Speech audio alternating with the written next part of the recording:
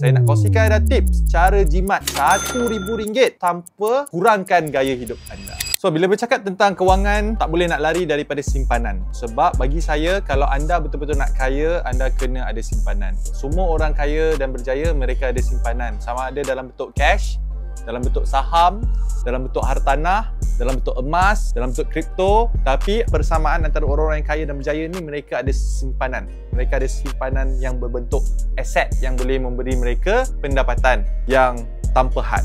Dalam masa yang sama, saya tahu zaman sekarang ini, terutamanya di Malaysia, with the rising cost of living, kos semakin hari semakin naik, dan juga ketidakseimbangan dari segi gaji masyarakat kita dapat berbanding dengan cost of living. Kalau saya nak bandingkan saya dulu tahun 2010 sehinggalah 2017, selama 7 tahun saya berada di United Kingdom, ketika itu walaupun saya punya allowance belajar hanyalah £650 sterling, tapi saya boleh hidup dekat UK tanpa sebarang masalah. Maksudnya saya mampu untuk sewa bilik, barang-barang dapur, bayar transportation. In fact, saya mampu simpan duit untuk pulang ke Malaysia and even travel around Europe. Kenapa?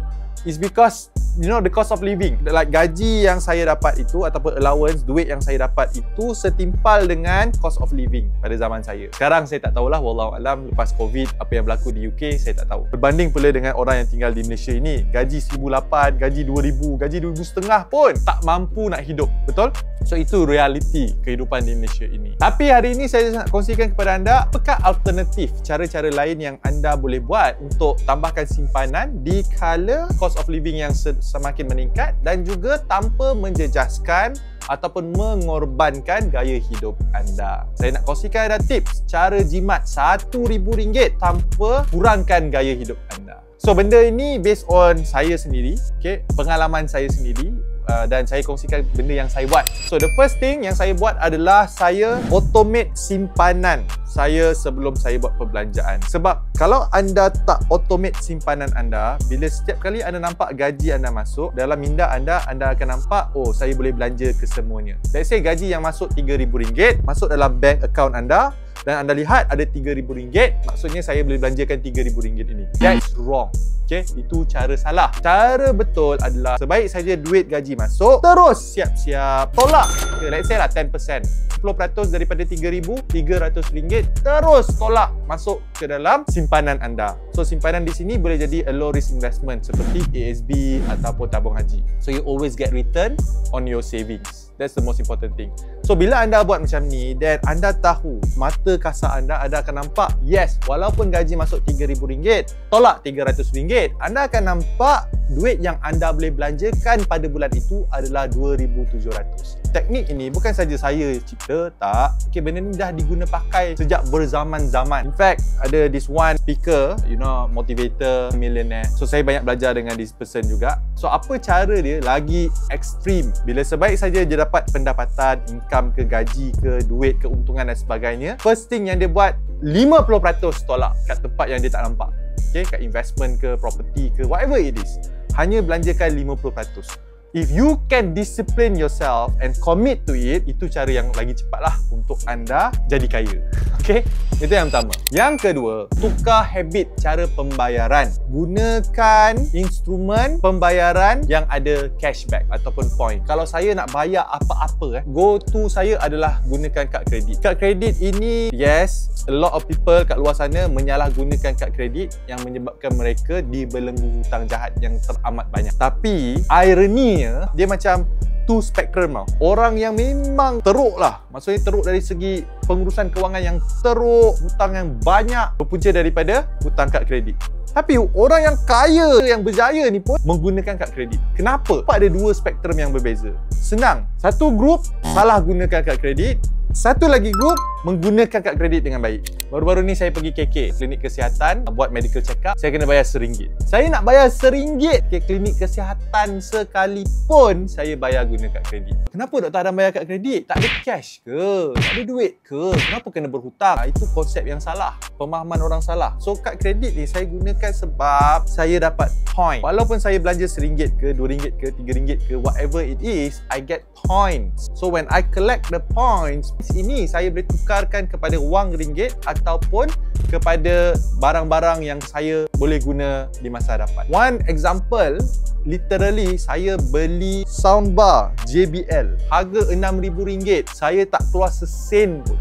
Saya hanya gunakan coin yang saya collect bertahun-tahun daripada kad kredit saya. That is a form of cashback, a form of points, a form of hidden money. Orang-orang biasa yang bayar pakai cash kan, tukar habit pembayaran. Itu je. Kalau bagi mereka yang mungkin tak mampu nak memiliki kad kredit ataupun takut nak guna kad kredit, takut terbuat hutang jahat, anda boleh gunakan payment-payment yang lain yang memberi anda benefit, yang memberi anda cashback, yang memberi anda point. So contohnya, some of you mungkin bayar pakai e-wallet contohnya. Okay, mobile payment pun offer all these points yang anda boleh collect, and points itu anda boleh convert kepada wang ringgit. So itu yang kedua. Dan yang ketiga, yang terakhir, bila anda nak buat apa-apa langganan atau subscription, carilah family plan. Itu pun apa yang saya buat juga. Ada 3 instances ataupun contoh yang saya buat untuk menjimatkan kos perbelanjaan saya. Yang pertama, jangan beli a la carte. Macam kalau anda pergi restoran kan, bila anda pergi restoran kan, anda boleh order a la carte. Saya nak burger asing, saya nak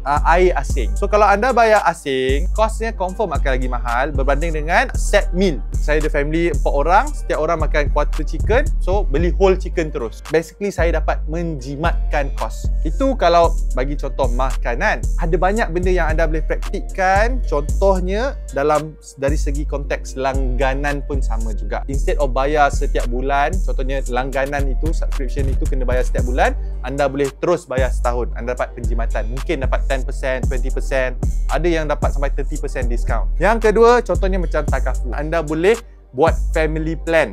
Family plan ni maksudnya instead of satu polisi untuk anda, untuk isteri anda, untuk anak anda, instead of anda kena beli satu-satu, anda boleh langgan family plan yang mana boleh cover ketiga-tiga orang sekaligus. Okay?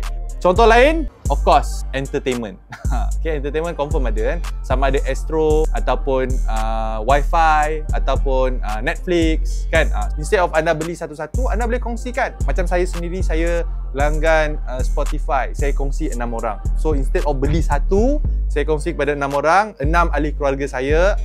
You know, like isteri saya punya adik ipar, kakak ipar dan sebagainya. So we share. So bila kami kongsi, kami dapat reducekan kos itu daripada langgan seorang diri. So kalau langgan seorang diri mungkin kos RM40 sebulan. Tapi disebabkan saya kongsi, not only that, kami bayar setahun terus. So dia dapat reduce. Saya hanya perlu bayar tak sampai RM20.